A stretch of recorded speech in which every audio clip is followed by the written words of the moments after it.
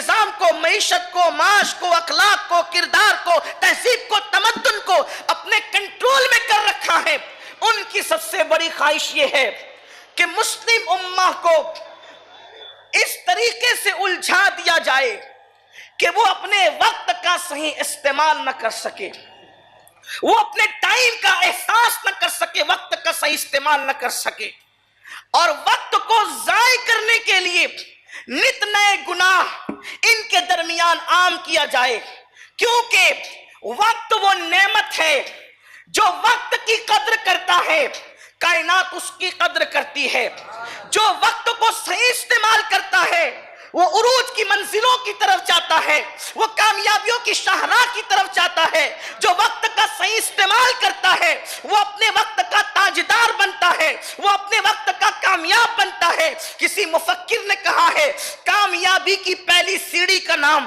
کامیابی کے پہلے زینے کا نام وقت کی قدر کرنا ہے۔ جو وقت کی قدر کرنا سیکھ جاتا ہے وہ کامیابی کے پہلے زینے پہ چڑھ جاتا ہے۔ لیکن دنیا جانتی ہے جس دن مسلمان اپنے وقت کا صحیح استعمال کرے گا، جس دن مسلمان اپنے وقت کو صحیح طور پر برتے گا، اس دن یہ قوم سب سے زیادہ کامیاب و کامران ہوگی۔ اس لیے ہمیں ایسے گناہوں میں الجھایا جاتا ہے تاکہ ہم وقت کی قدر نہ کریں، وقت سے دور بھاگے، گویا کہ وقت کو ضائع کر دیں۔ اور آپ دیکھیں اللہ اکبر، وہ قوم جس کے یہاں وقت کی اتنی اہمیت تھی آج وہ وقت کو ضائع کر رہی ہے۔ اللہ اللہ، سب سے زیادہ ٹائم پاس کرنے والی کوئی قوم آپ کو ملے گی تو وہ قوم مسلم ملے گی۔ پارکوں میں کس کی تعداد زیادہ ہے؟ مسلمانوں کی تعداد زیادہ ہے۔ گناہوں کے اڈوں پر کس کی تعداد زیادہ ہے؟ مسلمانوں کی تعداد زیادہ ہے۔ شراب کے اڈوں پر کون زیادہ نظر آتا ہے؟ مسلمانوں کی تعداد نظر آتی ہے۔ لطیفہ گوئی کی محفل کہاں سج رہی ہے؟ مسلمانوں کی یہاں سج رہی ہے۔ مشاعرے فحش مشاعرے جو ہے، اللہ اکبر، جس سے نفسانی خواہشات کا جو ہے وہ ظہور ہوتا ہے اور ابھاری جاتی ہے ایسی گندی غزلیں اور ایسے گندے مشاعرے اگر کہیں سجائے جا رہے ہیں، مجروں کی محفل ہو رہی ہے اور کس طرح کہیں پر ہو رہا ہے تو معاذ اللہ گویا کہ وہ مسلمانوں کے درمیان ہو رہا ہے۔ اللہ اللہ، غرض کہ وہ کون سا گناہ ہے جو قوم مسلم کے اندر موجود نہیں ہے؟ میرے پیارے آقا صلی اللہ علیہ وسلم کے پیارے دیوانوں، ہمارے یہاں وقت کی کتنی اہمیت ہے، ہم بے وقت عبادت نہیں کرتے، حالانکہ اللہ نے ہمیں عبادت کے لیے پیدا کیا ہے، عبادت کے لیے پیدا کیا ہے، لیکن ہم بے وقت عبادت نہیں کرتے۔ نماز کو دیکھ لیں تو قرآن کہتا ہے ان الصلاۃ کانت علی المؤمنین کتابا موقوتا، کہ مومنوں پر وقت کی پابندی کے ساتھ نماز فرض ہے۔ یعنی اللہ اکبر، اگر کوئی عشاء کے وقت میں فجر پڑھنا چاہے تو وہ نفل تو ہو جائے گی لیکن فجر کی نماز نہیں ہو سکتی۔ فجر کے لیے فجر کا وقت آنا ضروری ہے، عشاء کے لیے عشاء کا وقت آنا ضروری ہے۔ اللہ کی عبادت تو کبھی بھی کی جا سکتی ہے، یہ وقت کی پابندی کا کیوں کہا گیا؟ وقت کا لحاظ کرنے کا حکم کیوں دیا گیا؟ اس لیے تاکہ مسلمان وقت کا پابند ہو جائے۔ آپ اسی طرح دیکھیں، نماز کے لیے وقت کی پابندی ضروری، رمضان شریف کے روزے کے لیے وقت کی پابندی ضروری۔ چاند دکھے گا، رمضان شریف شروع ہوگا تبھی روزہ رکھ سکتے، اس سے پہلے نہیں رکھ سکتے، اور چاند دکھے گا تو روزے ختم ہو گئے، اس کے بعد نہیں رکھ سکتے، عید کے دن روزہ نہیں رکھ سکتے، اس کے بعد صبح صادق سے روزہ شروع ہوگا، غروب آفتاب پر ختم ہو جائے گا۔ اللہ اکبر، روزے میں ٹائم کی پابندی۔ اسی طرح سال پورا ہو جائے تو زکوٰۃ دو، زکوٰۃ میں ٹائم کی پابندی، دیر کرو گے تو گنہگار ہو جاؤ گے۔ اسی طریقے سے آپ دیکھیں حج میں ٹائم کی پابندی، ٹائم کی بھی پابندی اور مقام کی بھی پابندی۔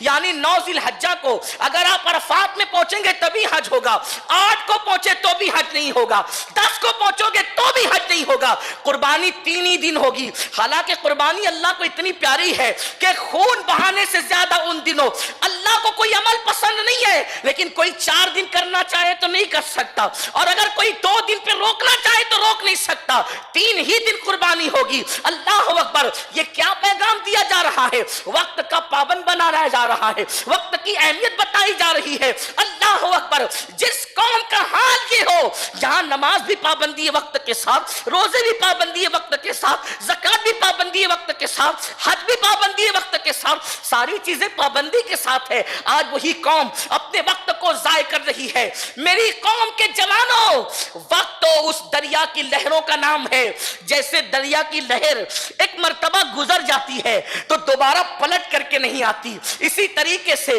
زندگی کا ایک سیکنڈ، صرف ایک سیکنڈ، زندگی کا ایک سیکنڈ چلا گیا، پھر پوری دنیا کی دولت خرچ کر دو، وہ ایک سیکنڈ پلٹ کر کبھی نہیں آئے گا. سب سے قیمتی وقت ہے وقت، سب سے قیمتی وقت ہے، قیمتی سرمایہ وقت. علم سے بڑا سرمایہ وقت، دولت سے بڑا سرمایہ وقت. کیوں؟